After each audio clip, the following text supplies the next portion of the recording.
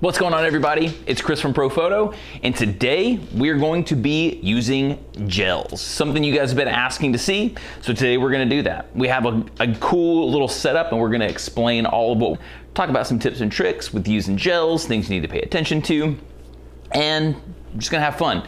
Answer any questions that you may have about what we're doing, or any other questions that you may have that are Profoto or lighting related. We have it's not really a super complex setup today, but we wanted to kind of add some fun elements to what we were doing. I know you see the thing that's kind of hanging up behind me right now, but it should be a lot of fun. We're just gonna be mixing and matching some color and talk about, like, once again, pitfalls of gels, things you need to pay attention to. On the docket for what we're using, we have four lights. 1, 2, 3, 4. We're using 4 lights today. On the wide shot, you're gonna be able to see the B10 right here, and that is going to be, we're using the OCF2 barn doors with that and a J gel inside of it. If you have any questions about any of the stuff that we're using too, you can ask me, but you can also click on the links in the description above or in the comment section over here on the side. On the back, we have 2 B10 pluses. They both have the OCF2 grid and gel holder on them, and they both have blue gels in them. So I was going for more, I was going for some richer colors. We have some other things that are a little more subtle as far as like lavenders and stuff like that, some pastel things. I wanted to go with something a little darker.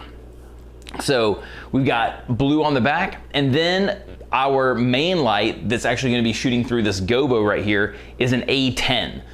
It is, you probably can't, on the wide shot, you can't really see it. So, yeah, so you really can't see it. So, like I'm right here, I'm gonna get really close to you. The A10 is literally right here. It's right next to the camera. So from where Kate will be standing, it's about 9 to 10 feet. You may ask yourself, why would I go with the A10 for my main light when I could have used like a B10 or a B10 plus? It's a good question. I'm an idiot, so who knows? No, the reason I went with the A10 is the size of the head. Granted, I could have thrown an OCF snoot on there. They're roughly the same size, but I wanted to be able to quickly change out the click grids and gels and stuff like that when we're playing with it. But so we have an A10 back there. That's our main light. That's going to be shooting through the Gobo. Once again, using the A10 because of the small size of the flash head, and that will make the great pattern that we have right here show up more pronounced on the actual image itself. So that'll be our main light. It's not gelled. So the only thing that it has on it is a 10 and a 20 degree grid stacked, so it makes the light even tighter. I don't know if it actually makes it officially 5 degrees with it in really tight, but it does actually tighten up the light a little bit more. I do want to show you one thing really fast when doing this. So if you're going to stack the grids together, tight shot. That's fine. Oh, cool. If you're going to stack the grids together, oh, perfect. You can see this. If you're going to stack them together, you need to make sure that the honeycombs line up, right? So you'll stack the 10 on top of the 20, and you want to make sure that the honeycombs line up. If they line up like this, they'll spot the light out a whole lot more, and it'll give you that more direct light pattern. If you twist it a little bit, and the combs crosshatch like that, you can probably see it's got a weird pattern on the inside. Pretty, yeah, yeah. It's cool looking to like look at. It's like this, it looks like a kaleidoscope. Yeah, it looks like flowers, like a little kaleidoscope, but this doesn't make the light tighter. It actually kind of just messes with it a little too much. So you want to make sure that the honeycombs are in line. Pro tip for stacking the click grids together. So sweet, I'm gonna put those back on the A10. Also to note on the A10, I have the, so it's gridded, but I also, to give me a little more pump, a little more juice out of it, pump out a little more power, I have the flash beam zoomed all the way in. That way I can back it up and get the power output that I need. So cool there. I'm trying to think if I missed anything that we're talking about. Oh, this thing, you may ask, what is this? This is just a piece of decorative metal that you can get at a home improvement store. We just went to Home Depot. They have a section with a whole, and this is just one of the shapes they have. They have all kinds of patterns. This is the one that we liked, so this is the one that we were kind of goofing around with. It wasn't terribly expensive. I think we paid 18 bucks for it. Yeah. And then we just have it clamped up with like 3 clamps on a boom arm. That way I can just kind of get it away from the light stand a little bit more, position it where I want. So, but yeah, it's called a decorative metal, I think is what it was listed as. This one, let's see. Yeah, it just says aluminum sheet, decorative aluminum sheet. So I didn't even take my barcode off. So rock and roll. Let me see if we have any questions. I know Keisho said hi as we were starting up. What's up, my man? What's up, everybody? Hey, Chris, what's up? Netherlands in the house. I'm alone with bots. Sweet. Any way to use a Pro 11 on location, no outlet? Yeah, get a generator, a petrol or gas powered generator. Just make sure that you are double the power on the generator. So the Pro 11 pack is 2,400 watts. So you want to make sure that the generator is at least 4,800 watts. And also you want to try to ensure that the inverter is a pure sine wave inverter. You want that power to be clean. That's going to be the best way of using a Pro 11 on location, or really any pack and head system that's not battery powered on location. So just pair it with a gas or petrol generator. Let's see. Profoto, you have the best equipment ever. I appreciate that. I make it all myself with my tiny little hands. So why they hired me, so they could stuff me in a basement and make me make this stuff. Ted, you are not a bot. Let's see. I'm not a bot either. Why are you calling everybody a bot? I'm also not a bot. That's funny. That was you, wasn't it, Kate? What? What? Who? What? What's the best lighting technique for a beige backdrop? It depends on what you're trying to do with the beige backdrop. Are you trying to just make it beige? Then you could add a little bit of a little pop of a flash to it to maintain the color of the backdrop while you're lighting your subject. Or you could put your subject really close to that background and either use a small modifier backed up really far, and that way it's gonna be a really hard light, but it'll be even on the subject in the background. Or you can use a really gigantic modifier in close, and once again, that should light the subject in the background. So hopefully that helps you with your beige background. What's up, everybody? Cool. So let's do this. Let's actually talk about things you need to think about with gels in the first place. So gels are a little bit different in the way that you use them. If you take a gel and you try to do a proper exposure with a gel, it doesn't necessarily do the things that like a proper exposure with a white flash does. So gels are cool because you can vary what they look like based on the power that you're using with your strobe. So obviously if you're gonna go, and what we'll do is we'll turn off all the lights here in just a second and take a couple of different shots maybe with just the green on Kate, so you can see how powering it up really, really high, or powering up that gel is gonna make it a little more pale, a little more pastelish. And as you start to bring that power down, it's gonna get richer and a little bit deeper. And so with the gels, you kind of just want to play with the colors that you want. Also, one of the benefits of like our grid and gel holders and stuff, first and foremost, is you're not having to worry about any light leaks. So you want to try to make sure that you're mitigating any white light that could spill around the edges, because that's going to heavily, what's the word I'm trying to say? It's going to overpower the gel itself. The nice thing about using the click stuff and the OCF2 stuff is that it's magnetized, it clips into place, and it covers everything. So you know you're not gonna need any light leaks. Plus they're really, really easy to store. You're not messing with any gels. But that being said, say you just wanna go buy some sheets of gel, you could easily drape them over the front, do it kind of old school, where you use like a clothespin or C57. I think that's what the film industry name for it is. I always get the C57 name wrong. It's probably a C47 for all I know. Or clothespin, or you could use gaff tape. You just make sure you're using gaff tape, something that's not going to leave a residue. If you're using something like a D2 or a Pro head that can handle the heat of the modeling lamp, we don't have to worry about that so much with the B series because they're LED modeling lamps. They don't get really hot. So if you want to go the OCF2 route, where once again it's just magnetic, it clicks into place, and you could stack multiple things in front of it, sweet. If you would rather just drape the sheet over, just use some gaff tape or, like I said, a clothespin or something like that. So that's one thing you want to know is make sure you're not getting any light leaks. Make sure you're paying attention to your power, because that's going to influence the actual color tone itself. The other thing that you want to know is that if you're using certain reflectors, so like say we had like a zoom reflector. I know can you show them up on the wide shot? So there's a zoom reflector on that Pro 10 head or the Pro Head Plus. We're not using that today, but it can have hot spots. Just kind of the nature of the beast. The cool thing is you can zoom it and kind of even the light out a little bit more, but it generally there's a chance it's going to have a hot spot. So what you can do to mitigate some of that stuff is you can feather the light a little bit and use the edge of it to give you some more color. You can also back that light up from your subject and let it start to be a lot more even on your subject. So what about gel holders for Profoto D2?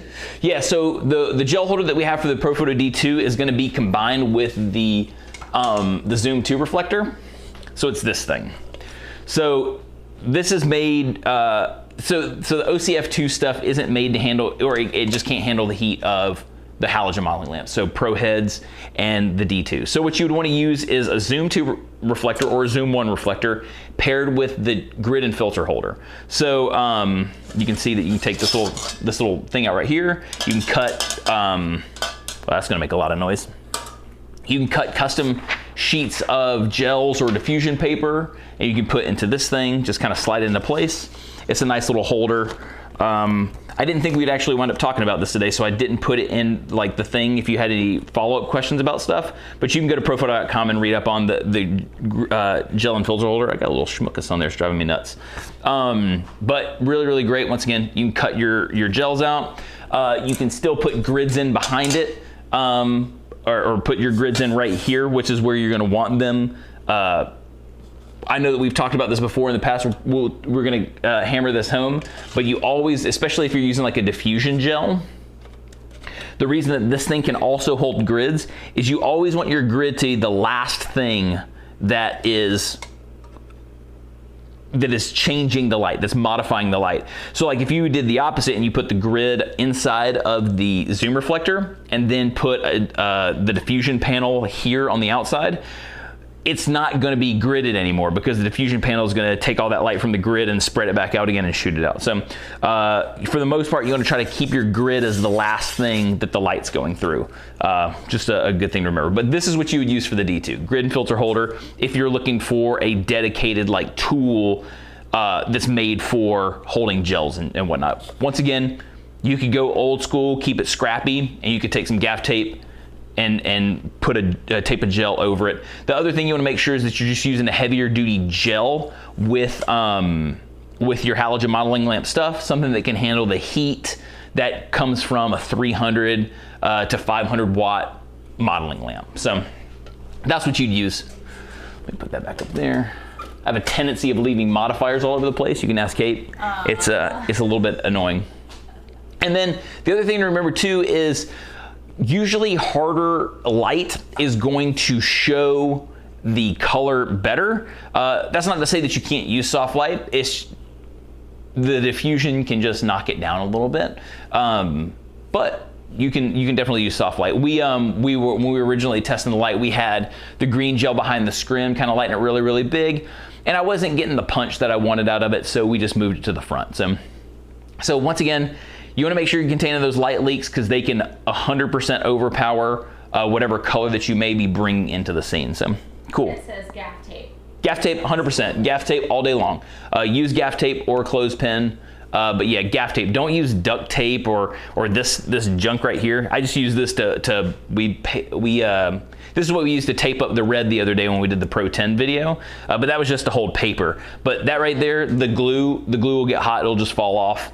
Gaff tape is made to handle heat and stuff like that, and also not leave like a sticky residue whenever you're all said and done. Sweet. Let's take some pictures. So I'm gonna show you, I'm gonna turn everything off except for the green gel and kind of show you how things change first with powering up a light with the gel on top of it. You can see how the color cast changes. I mean, it kind of makes sense if you think about it. Something that's brighter is going to be brighter. Something that's darker is going to be darker. But the way it changes that color cast. Whereas normally if you just had something that's underexposed, it'd just be underexposed. But you'll just see how much that color gel changes when you do that. So is that an RFI grid and gel holder or an OCF grid and gel holder? So the thing that on the D2, so it's just called the I think it's just called the grid and gel holder. I forget what the label says on the side. Let's see. Yeah, so if you look, oh, okay, here's the name of it, so you can see it also. But it's the Profoto grid and gel holder zoom. So and it's because it's made for the zoom reflector. So this is what you can they see that? I don't know if they can even read that, but yeah, that's what it's called. It's called the Profoto grid and filter holder zoom. Sweet. Cool, so we're gonna bring Kate in. We're going to turn off all the other lights, and we're just going to photograph with the green for a second so you can see how changing the power changes the light. I'm gonna actually, yeah, you can go cam 3 and just put the picture in picture up. And then so let me see about, I'm gonna fire up my Profoto app too so I can monitor my power.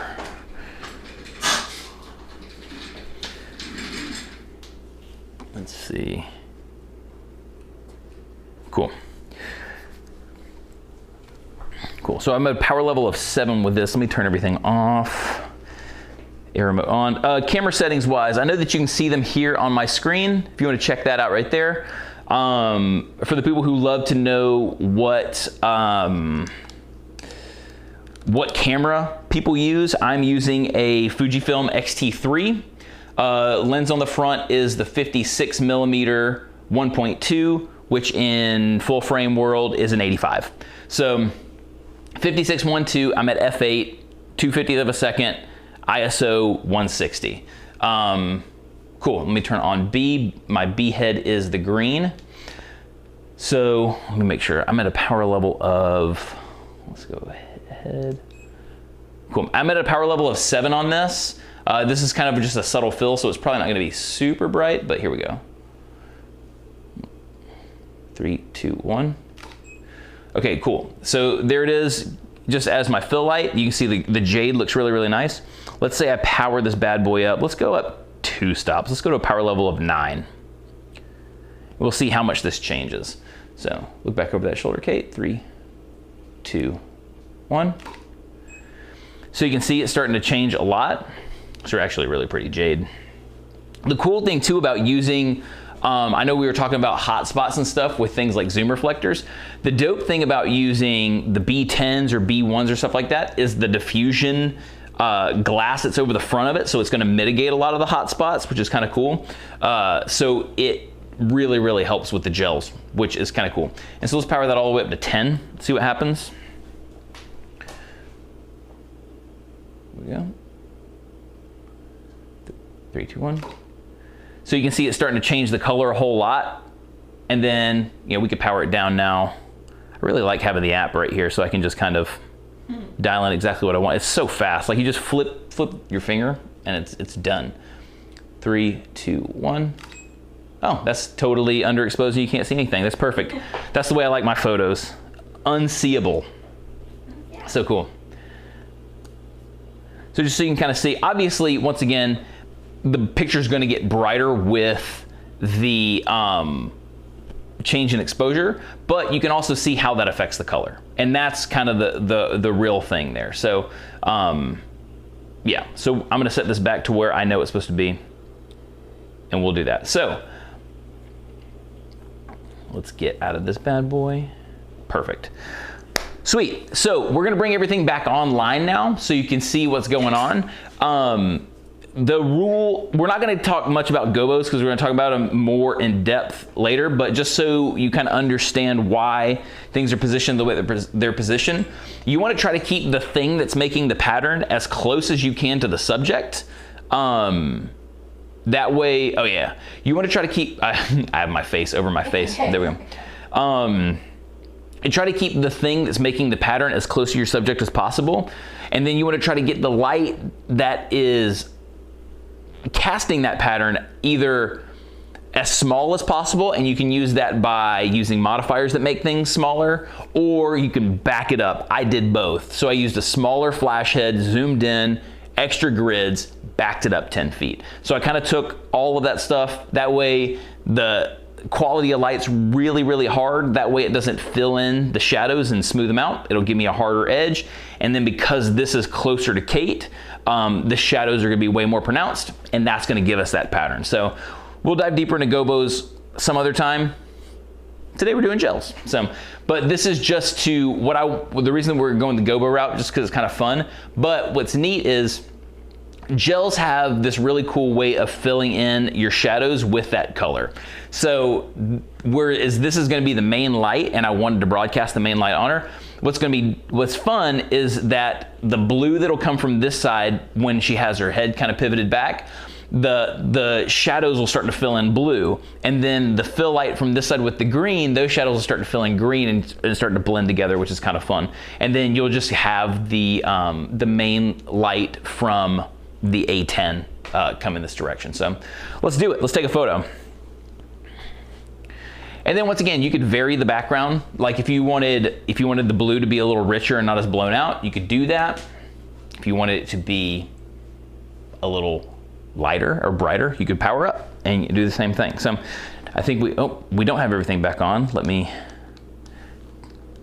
Everything's back on now. Here we go.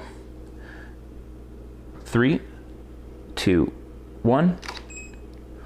So there you go. You have the cast of the grates now. You can see how defined that is, which is really great. But like I said, which is really great. You can see the grates, which is really great. Dad jokes.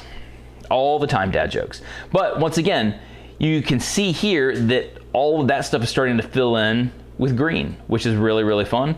And then you have the shadows back here coming across the back, which are filling in with the blue. So the gels can add this really cool highlight here to the hair, which is fun. But then all the places that there are shadow where the main light's coming down is going to be filled in by that color cast, which is kind of cool. And then let me see what power level I have this thing. I think I have this at full power. I do, so it's at 10. And honestly, now that I'm kind of looking at it, I'm wondering if I had it pointed at you or not.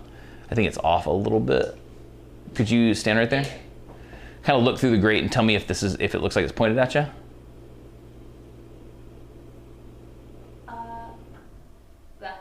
Better? Better. Cool. So let's try this one more time with it pointed a little more directly. I feel like the light's a little bit further back here. So this, team up with the person that you're photographing, or if you're doing this yourself, you just go stand where you want to be, look through whatever it is that you're using as a gobo to see if the light's pointing there. And also, pardon me real fast, Kate, this might be one of those things too that's good for you to do as the photographer, is for you to stand here, and that way you can kind of lean, or you can kind of get into the pose and lean back, and then everywhere that I'm looking right now, actually I need to turn it. Maybe just adjust it. Yes, look a little more this way. Yeah, exactly. But what's cool is everywhere that I'm leaning, the flash head is behind this. So I know that for the most part, I'm not gonna have like the edge of this right here show up into the shot. So that's one of those things that you wanna look at. One thing that I do as a model is I'll close one eye. Oh, gotcha. Close the other, and sometimes I'm in frame with one, but not the other. Gotcha. So she, heads up, she's saying that she uses, she'll close one eye to see if she's in frame, and then open the other eye, and if she's in frame in both, she's good. So not too shabby. So there we go. 3, 2, 1. There we go. Now the light's starting to point more where I want it. So you can see, I just had it, pull these up side by side so you can see. So you can see that I had this one right here, broadcast a little more, whereas this one's pointed a little more at the face like I wanted. And once again, some of this stuff is going to start to become very, very subjective. You may like it with more of the light coming across. You may like it with less. So it's the objective of what you're trying to achieve. Let me see if you guys have any questions. And we can chitty chat about this more. What's up, everybody? Sweet, sweet, sweet. Cool. Did you want to try with the orange? Oh yeah. So, and then you can start messing with it. So colors wise, you might want to ask yourself, like, how do I pick out color gels to use with, or what color gels to use? I can't even speak English today. Make words cannot. Make for talking. Aren't you? So check out the color wheel. So you can, I don't even have a color wheel to pull up on me right now, but just look at the color wheel or look at the color wheel inside. Oh, you know, I have a color wheel right here inside of Capture One. So what you want to do is come down here to a color wheel, and you can see like this is not even remotely working the way that I want it to, but it's fine. No, it's not you, it's me being a dummy. I just want to grab this thing and it's not letting. Tell us what stands you're using, the ones with the wheels, Oh, searching. 100%. Yeah, we can talk about stands. I'm just trying to see if I can get a better color wheel. Whatever, you can look at it from this. So you want one of the best moves is to look at the color wheel and grab colors from the opposing side. This actually probably isn't the color wheel that I need to look at, but you want to. They're called contrasting color, complementary colors. Yeah, complementary colors are on the opposite side of the color wheel. I'm totally butchering this right now because I didn't pull up a color wheel. But choosing your colors based off of them being opposite of the color wheels is a great move. I went with green and blue because they're next to each other. Yeah, they're close to each other on the color wheel. So I could take that blue and make it look like it's shifting to green and then back into blue, which is really, really fun. So, but what we're gonna do here is I'm just gonna throw on an orange gel. So if you look at a color wheel, blue and orange are opposite one another. So they're really, really pretty. You see a lot of people use it in film too. So, but what it's gonna do is just gonna really warm up that, that main light, and it's gonna almost kind of look like sun coming through a nice window with maybe some cooler lights in the background, which is kind of fun. So for this, we're gonna use a CTO gel, and once again, it goes behind the grids on the A10. So, sweet, ready to rock, Kate? Let's do it. And this is fun. You can just kind of play with this stuff. And once again, the nice thing about using the click stuff with your gels and whatnot is that was really, really easy to install. Like all magnets, click it into place, easy peasy lemon squeezing. So let's see. Cool. 3, 2, 1. Cool, so it just warmed it up even more. So here, show the one before and one after. So it just looks like maybe like a morning sun coming through a window, which is really, really neat. And then you have this really, really cool, these blue hair lights complementing it a lot, and the green's fun. One of the reasons too that I wanted to use the hair lights, that I did hair lights on both sides, is because I'm using a black background and Caitlin has dark hair, so I wanted to make sure she wasn't disappearing into the background. Yeah, really, really easy stuff. Let's see, do you guys have any questions for me? Or are we good? Oh, did you answer the stand? Oh, the light stand question. I'm super sorry. So these are just C stands. I think they're Avenger Kupo or something like that. But my my rollers here are all Avengers. They are model number. It doesn't say. Okay, I'm still on the way. Okay. Yeah, it doesn't say what model number they are. I don't want to pick them up because there's stuff at the bottom. Leveling leg. Oh, it's got a leveling leg. I didn't know that. This light stand here is a Manfrotto 104 BAC. So Avenger and Manfrotto are the same company. But yeah, I don't see the name of the rollers. They're low rollers. I apologize. I don't know the name off the top. Usually they're on a sticker here, but they're not on the sticker. It just says Avenger made in Italy. Yeah, I apologize. I don't know the model number of them. But they're by Avenger. They're really, really great. I mean, you could look at for them online and you could easily see the flat leg rollers themselves. Let's see. Has Profoto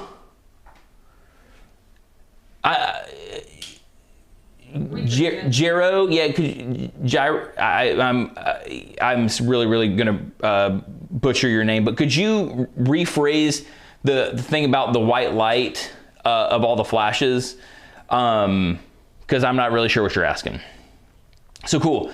Hopefully you get back. So we have the one other thing I wanted to do is, so we have I got a lighting diagram for this that we're going to be posting up here soon on profoto.com, and we also have a behind the scenes shot. I think I can share that into the group really fast, but it's just really, really fun stuff.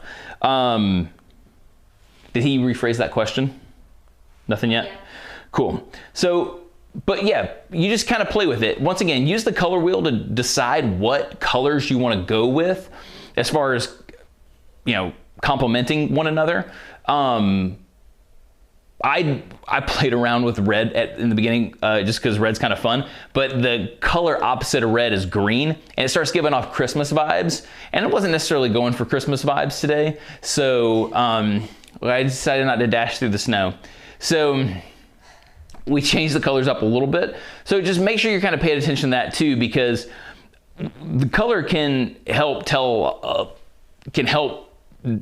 explain something in an image a lot. So you want to make sure that you're making color choices intentionally. That's a big deal. So like I said, we started with red and I added the green, and I was like, man, this feels like the holidays, and it's definitely not holiday time anymore. So once again, with your colors, pay attention to that kind of stuff too. Trying to think, I'll post the behind the scenes shot up after we're done with the live. That way we can just talk about this thing.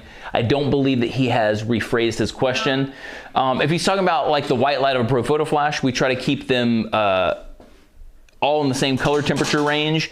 That way, whenever you use your flashes together, they all look the same.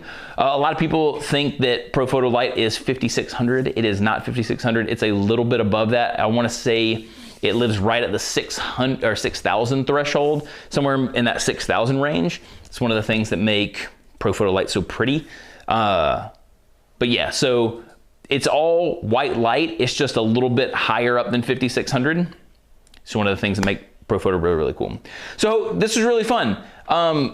Play with stuff. Like I said, I used the Gobos to give me a little more shadow in the shot so that I could bring in some more of that color throughout the image, while also using some just straight white light to put highlight and focus on like the eye and stuff like that. So just really, really fun. Hello. Gotcha. No, it wasn't him. Hi there, for whoever said hello though. So, but once again, I just added the Gobo to give me some more shadow in the shot so that I could add some color into that as well. Just really, really fun stuff. So just remember that the color of your gels, especially if you start bringing in just a pure flash with nothing else there, the color is really going to start to show up in the dark spots and the shadows and stuff like that. So that's my move there. Oh, gotcha. Hi there. I hope you're saying hello to me. I'm not 100% sure what's going on. Have you ever heard of the brand? Yes, I have. That's very good. It's very good. It's very good. So thank you all so much. This is really, really fun. Hopefully you had some fun playing with gels with me today. If you have any other questions, if there's any other stuff that you want to see, anything that you want us to cover on a live, please let us know. And we will... I see you. I see you. You can't get me. You can't. I mean, you might be able to get me. You might be able to get me, but luckily for myself, I read it for a second. Just for a second. I'm glad I didn't read it out loud. Yeah, I'm glad you didn't either. So, but this was just kind of fun, exploring some of the different kind of gel setups, things that you can do and have fun, talking about some of the pitfalls, some of the stuff that you have to look out for in using gels. We use them in more of a creative way today in using lots of different colors. There's ways that you can use gels to change the color temperature of your flash to match a room. So, and we'll explore that at another time. And we're gonna play with some gels some more and create other looks. That way you can, have maybe a jumping off point. Maybe you're just getting into using gels and you can use some lighting diagram setups and stuff like that as a jumping off point to start exploring more yourself with gels. So this is really fun. Once again, we're gonna have a whole page set up for this with a lighting diagram, a BTS shot, so you can kind of see how things are set up. You can see the final image. So if you're trying to replicate it, you can replicate it. If you're trying to expand on it, you can expand on it. So, but this is really, really fun. Thank you all so much for your time. I hope you have an awesome rest of your week, an amazing weekend. In the meantime, we will see you next time. Peace out.